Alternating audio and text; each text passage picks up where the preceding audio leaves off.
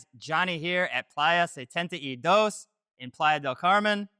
Today's video, I wanted to talk about 4 reasons why the term or the phrase or the mindset, happy wife, happy life, is destroying your relationships.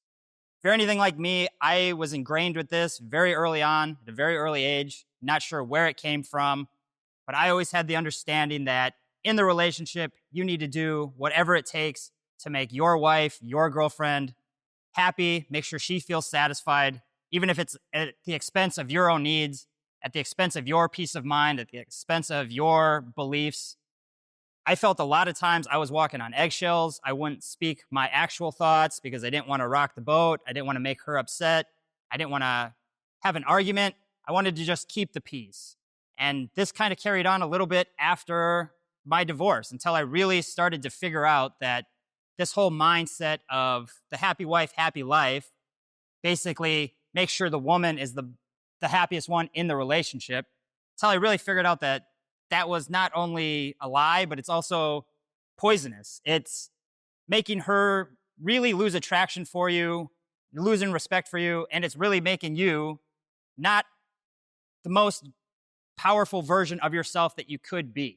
There's one big reason that this doesn't work, and I see guys do this all the time. This is something that I used to do through high school. I remember doing this. I used to think that because a girl was beautiful, she just intrinsically had more value than me. And because of this, I put her on a pedestal. I would not speak my mind. I would be very shy because I didn't want to say the wrong things. I thought that even though maybe they weren't the best people, I really didn't have anything in common with them. Because they had beauty, which I thought was valuable, that they were better than me. And so they were on a whole different level than me. And I took this into my relationship with my ex. When we first got together, I felt very fortunate to finally have a girl that said she really liked me. She wanted to spend her time with me. And because of that, I thought she was more valuable than me. And I wanted to do whatever it took to make sure that she stuck around. If I had plans with my friends, but she wanted to do something instead, I would break those plans and I would immediately go to her house. If she wanted to go hang out at her mother's all day and I didn't want to, I would still agree to do that because I wanted to be the supportive boyfriend. I wanted to make sure that she knew I would do whatever it takes to make her happy. There's one time in particular, very early on in the relationship, I had her stay overnight with me and I went to work that day. Because I still had to get up, I still had to go to work, and she was just there all day by herself. And as I was gone, she went through all of my stuff, which should have been crossing my boundaries. It should have been a deal breaker. But because I was just grateful that a pretty girl liked me, didn't really matter her behaviors, that's fine that you went through all my stuff. I just allowed this to happen. And what she did find was that she found pictures of my ex-girlfriend from the military. I dated her for basically 2 weeks. We didn't really date because we were just at the military base, but I had some pictures of her that, were important to me. But she found this and she wanted me to throw these pictures away because she got very jealous of another woman that she'll never meet, that she'll never see. So I threw these pictures away, and I have to imagine, she didn't come out and say this, but because I didn't have any boundaries, I have to imagine she lost a little bit of respect for me. Because if she chose I would do that for this ex-girlfriend, what does it say about her? Would I do the same things for her? So immediately, I'm already reverting back to this old behavior through high school, where if a pretty girl wanted me to do something for her, I would just agree to it, whether I wanted to or not, because I thought that's what I had to do as a man. I had to show that I'll do anything for you. You're the prize. You're so much better than me. Please like me. Here, I'll do this for you. And this mindset is just killing your relationship. So the reason why this is such a detriment and why the happy wife, happy life doesn't work is that if she's on a pedestal, that means she's automatically looking down at you. And just by nature, when you look down on something, you don't respect it as much. You don't find it as attractive. So you're already below her. And a woman doesn't want to look down at her man. She wants to look up at her man. So the first flaw with the happy wife, happy life is that she's now on a pedestal. The second component of the happy wife, happy life myth is analogous to a guard dog with no teeth. Sure, you can bark loud. Sure, you can look ferocious. But if you can't actually bite, then you're not really a threat, and there's really nothing to be afraid of. So if she doesn't respect you, it basically comes down to the fact that you do not have boundaries. When you're doing the happy wife, happy life, you are putting her needs before yours. So you're willing to sacrifice yourself no matter what so that she's not upset, so that she doesn't leave. And she's going to cross boundaries that way because you're not able to stand up and state that these are important to me. This is something that you can't do. This is a line that you can't cross. This happened in my relationship. My wife had been texting her high school friend, calling him sexy. And because I didn't want to lose the relationship, I made compromises. I said this was okay and that we would work it out. She, acted very upset. Like she didn't want the marriage to end. She was so sorry for what she had done. And if I had boundaries, that would have been a deal breaker for me because I don't want a wife or a girlfriend that is talking to other men behind my back and trying to set up dates. Like that's unacceptable. That is a boundary that I have. But because I was the guard dog with no teeth, I just let this slide. I wanted to make her happy again. I felt bad that she was so upset. She couldn't live without me. So we worked this out. And it basically came down to the fact that, I had no boundaries. This happened in my dating after the divorce as well. Girls would flake on dates, or they would be running late, or they would say something that I didn't really agree with, and I would just go with the flow. I thought being easygoing, being the guy that makes the girl happy no matter what, like that's what it's gonna take for her to like me. Oh, you're late for the date? That's fine, no big deal. You can be 30 minutes late without sending a message. I'll just deal with it.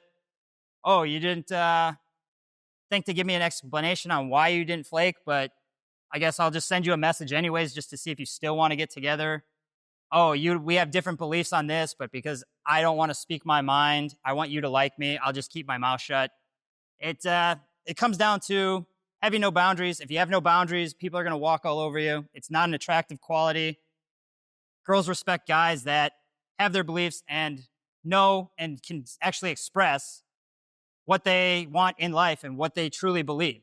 Another thing I started to come to realize with the happy wife, happy life paradigm is that it put me in as the child of the relationship because I didn't want to start arguments. I wanted to make sure she was always happy. I would run everything by her. What do you want to do for dinner? What do you want to do this weekend? Should we go somewhere for vacation? What should we do for Valentine's Day? Whatever it was, she was always the leader. I wanted to make sure she was happy, so I put all the decision making on her. And I didn't realize this until years later that typically women do not want to be running the relationship. It makes them feel like they're in charge, makes them feel like the man that they're with is incapable of leading. He's more of a child. When you're afraid to speak your mind or you want to do everything you can to make her happy, then you don't make any decisions. I didn't want to decide what was for dinner and then make her upset. I didn't want to decide that I wanted to do this for the weekend and then she says she doesn't want to, and then I have to just switch my whole plans around. So I just never made any decisions. And I realized this as I was going on dates with women as well. They said that one of their major complaints that they had with their exes was that they were not able to lead. They were very much like children. She felt like they had to babysit them, or they were not able to ever decide on what they wanted. And so as I kept hearing this, I started to realize okay, women do want men that are leaders. When I was growing up, I thought this was just normal. I heard throughout my childhood, even sort of recently, I guess, my mom would say my dad was helpless without her, which basically comes down to the fact that he is a child and that she needs to take care of him. This was something that I guess I internalized and brought with me to my relationship. And so, I guess the point is with the happy wife, happy life, when you're afraid to speak your mind, when you're afraid to make decisions, when you can't lead the interactions, you are in that childlike, I guess, area. And it's not attractive. She lost respect for you without the boundaries, and now you're unable to lead or make any decisions. So she's starting to lose attraction as well. Hey guys, we're back at the house. My phone overheated at the beach. So we'll pick up where we left off, and that is the fourth reason why the happy wife, happy life does not build relationships. It actually tears them down. And that is because it harbors resentment. When you're doing things that you do not want to do to make your wife happy, to make sure she's taken care of, to make sure she's the focal point of the marriage, it's going to lead to some resentment. I developed what are known as covert contracts to kind of deal with this. I figured, okay, we're going to go to your mom's house. We're going to go to the store. We're going to go to this craft thing that I don't want to go to, but rather than telling you or starting a fight about it, I will just go, and in my head, I'm going to keep a tally. So we did this, we did this, we did this. I scored a bunch of good husband points today. I expect to be rewarded because I'm making sure that you're happy. We're doing what you want to do. It doesn't really matter what I want to do. So please reward me. I did my best. I got points today. And when that was not met, I would get very frustrated. I would shut down. I would kind of mope around the house until she asked what was wrong with me. And then I would get upset that she didn't know that I should be rewarded for doing these things. I went to your mother's house. I didn't want to do that. I wanted to stay home and do my own thing. I went to the craft store with you. I didn't want to do that. I don't make crafts. I wanted to stay home and do my own thing. So if you're not able to stand up for yourself, if you're not able to have boundaries, if you're not able to lead, I know I wasn't able to just say, hey, I don't want to go to your mother's house. You go have fun. I'm going to be here. I'm going to do whatever I want to do. I was not able to do that. So I would harbor resentment when I just went to these things.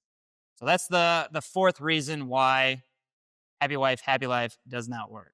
So the whole point of this video was to show you why Happy Wife, Happy Life doesn't work, but it's more based around the mindsets behind it. If you're putting people on a pedestal, you're showing that they're above you, that means that you're below them. And you can do this for yourself. If you see a homeless person, do you find that you respect them more, or do you find you would respect somebody who's a level above you? So just putting yourself below people, they're already looking down at you, and people want to typically look up. They also want somebody that has boundaries, somebody that speaks their mind, will tell the truth, will not just change their opinion on a whim. This is something I learned the hard way through dates when I would just agree to things that I didn't really like just because I wanted people to like me.